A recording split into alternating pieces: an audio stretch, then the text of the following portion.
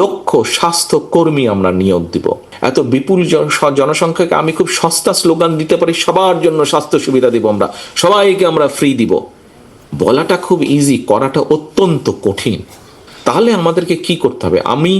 আমরা দেখুন বাস্তবতা যেটা হচ্ছে আজকে, হ্যাঁ আমাদের হাসপাতাল তৈরি করতে হবে, কিন্তু আজকে আপনি যতই সরকারি হাসপাতাল তৈরি করুন না কেন, আমাদের বিগত সরকারের আমলে যেভাবে দুর্নীতি সমাজের বিভিন্ন রন্ধে রন্ধে প্রবেশ করেছে। সাউথ টাউনে হোক আপনার স্বপ্নের আবাসন, শতভাগ রেডি প্লট, সাথে সাথেই সাফ কাবলা রেজিস্ট্রি। আপনি হাসপাতাল তৈরি করতে গেলে হাসপাতালে বিভিন্ন রকম সমস্যায় দুর্নীতিকে ঘিরে বিভিন্ন রকম দুর্নীতি, কাজেই আপনি মানুষের দোরগোড়ায় বা মানুষকে প্রত্যাশিত স্বাস্থ্য সেবা আমরা দিতে পারছি না।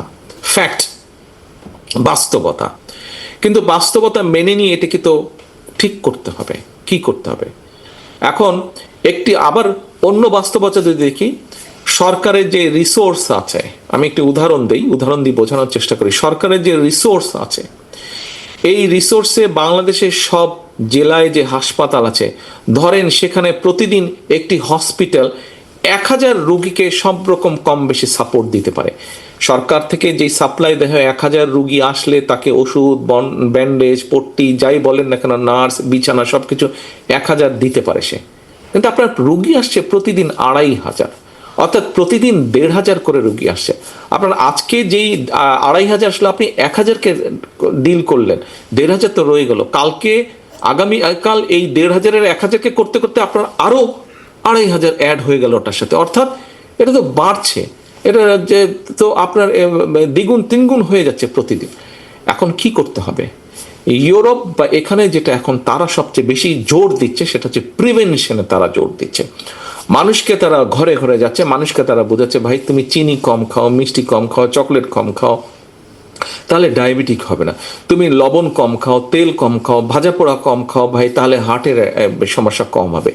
অন্য আরও যেগুলো আছে, এই কম করো, এইভাবে পানি খাও, তাহলে ডায়ালিসিসের সমস্যা হবে না, কিডনি তাহলে ভালো থাকবে, এই খেও না। প্রিয় সহকর্মীবৃন্দ, আমাদেরকে সেই কাজটি করতে হবে। এই মুহূর্তে আমরা যদি মানুষকে সচেতন করতে পারি, আমাদের দেশ, শহর, জেলা, শহর, গ্রাম গঞ্জের মানুষকে সচেতন করতে পারি যে এই কাজগুলো করা থেকে বিরত থাকতে হবে, তাহলে আমাদের হার্টের অসুখ কম হবে, তাহলে আমাদের কিডনির অসুখ কম হবে, তাহলে আমাদের ডায়াবেটিক কম হবে।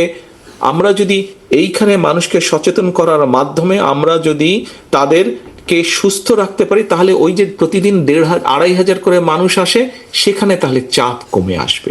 সেখানে যদি চাপ কমে আসে, যত কমাতে পারবো এইদিকে, তত ওইদিকে বেটার সার্ভিস দেওয়া সক্ষম হবে। সরকার সেখানে বেটার সার্ভিস দিতে পারবে, ডাক্তার, নার্স সেখানে বেটার সার্ভিস দিতে পারবে। আমরা এই জন্য দেশে কম বেশি এই মুহূর্তে যে পরিকল্পনা করছি, 1 লক্ষ স্বাস্থ্য কর্মী আমরা নিয়োগ দিব।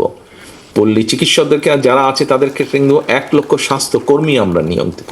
প্রিয় সহকর্মী, এই স্বাস্থ্যকর্মীর 1 লক্ষের মধ্যে যদি 1 লক্ষ আমরা নিয়োগ দিয়ে থাকি, আমি উদাহরণ দিয়ে বোঝাচ্ছি, তার মধ্যে 80 থেকে 85,000, 80 to 85,000 আমরা অ্যাপয়েন্ট করব মহিলা স্বাস্থ্যকর্মী।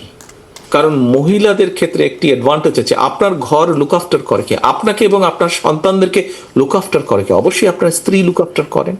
আচ্ছা, এখন তাকে গিয়ে যদি মহিলা স্বাস্থ্যকর্মী বোঝাতে সক্ষম হয় যে এই কাজ করবে, আপনার পরিবারকে এই খাবার কম দিবেন স্বাস্থ্যের ভালোর জন্য, এই খাবার বেশি দিবেন স্বাস্থ্য ভালো রাখার জন্য।